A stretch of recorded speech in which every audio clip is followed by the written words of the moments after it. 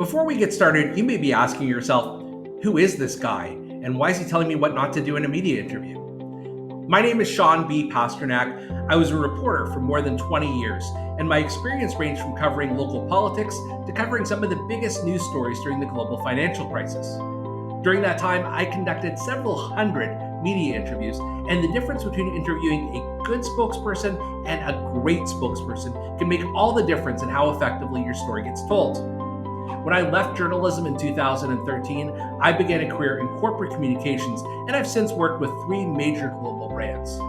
As part of those roles, I've advised countless spokespeople on how to participate in really great, effective media interviews. Are you going to learn everything you need to know about media interviews here? No, it's a free YouTube video. However, I am going to give you some tips on what not to do.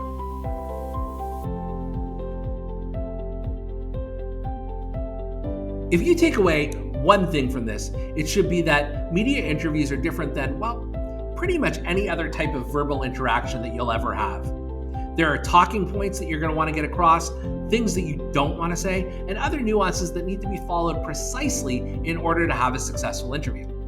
Let's be clear, a reporter isn't interviewing you just to shoot the breeze or because you're a nice person. They have a very important job to do, to get information, context, and clarification through a series of well-crafted questions so that they, in turn, can inform their audience. So why can't you accomplish that through a normal, friendly conversation? The rules are different.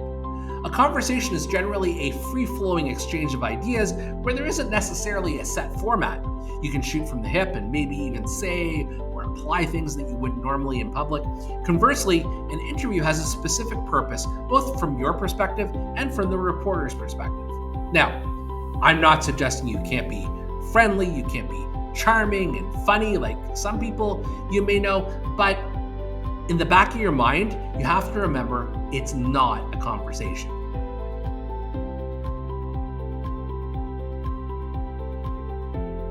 You've probably seen on TV shows or movies before, a flustered senior official is walking through a sea of reporters. They're trying to hide by covering themselves up. Camera flash bulbs are going off everywhere. Do they still do that, I wonder? All while the person is asked about something they're clearly uncomfortable with answering. And they blurt out, "No comment," as though the question will magically disappear. No comment? Oh, okay, that explains everything. No further questions. The defense rests, Your Honor. Here's the problem. If I were a reporter, which I used to be, I may follow up with, "Why can't you comment?" Or, "When will you be able to comment on this?" My advice, be as transparent as you can. If the topic is outside of your wheelhouse, explain that. If you don't want to speculate on something, say that.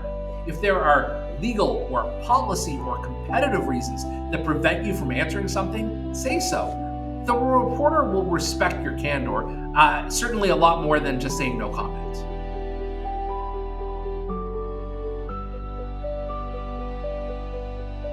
It's easy for someone to get flustered during an interview, especially in a high-pressure situation, such as on live television or on a podcast. And when you get flustered, you can sometimes get emotional. And when you get emotional, you can sometimes lose control of the interview. We've all seen it before.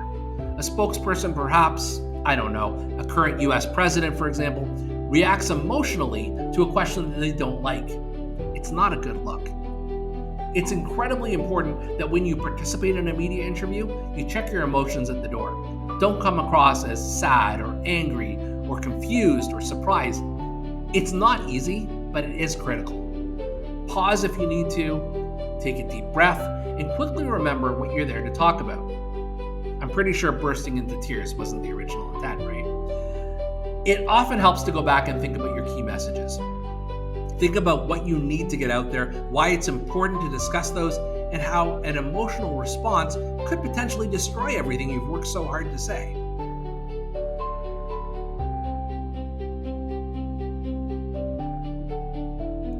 This is not meant as a knock on reporters.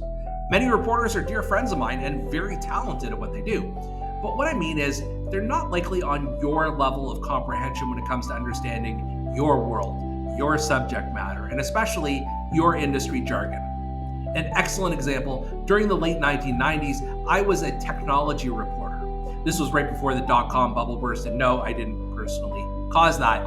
I can't tell you how many times I would ask some tech company what they did, and they told me that they provided solutions. Guess what? Pretty much every major company in the world provides solutions in that they solve for something. So if these people told me they provided solutions, I'd have to go back and ask in the very nicest and calmest terms, what the does that mean? Instead, learn to talk in easily understandable terms, as though you're explaining a concept to your aunt. Don't use acronyms unless you're absolutely certain that it's universally understood. A good reporter will let you know when they need to get more technical, but if you start at a highly technical level, you're probably going to lose them early on.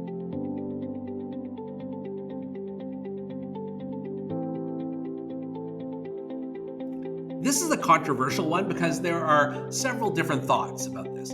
Going off the record generally means that what you say can't be attributed to you. But not only is there a high degree of risk there's also the fact that terms around going off the record need to be carefully stipulated and agreed upon ahead of time.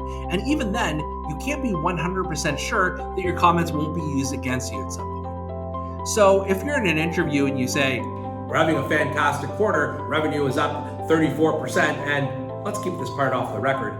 That's mostly because I set my competitors' warehouses on fire. That won't work. I'm not suggesting never go off the record because there are advantages to that tactic, but it's something that should be decided on outside of an interview setting and always discussed with legal and communications experts at a minimum.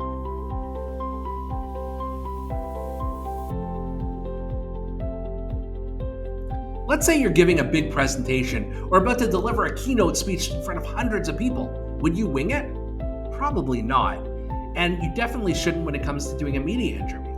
Look, you may be the world's foremost expert on the subject you're being interviewed on, and if you are, congratulations, but do you know exactly what the reporter is likely to ask you? Do you know everything the reporter is about to ask you? Do you know how to handle a question that's outside of your area of expertise? Do you know how to field a question about a subject you've specifically been told not to comment on? Preparation is key.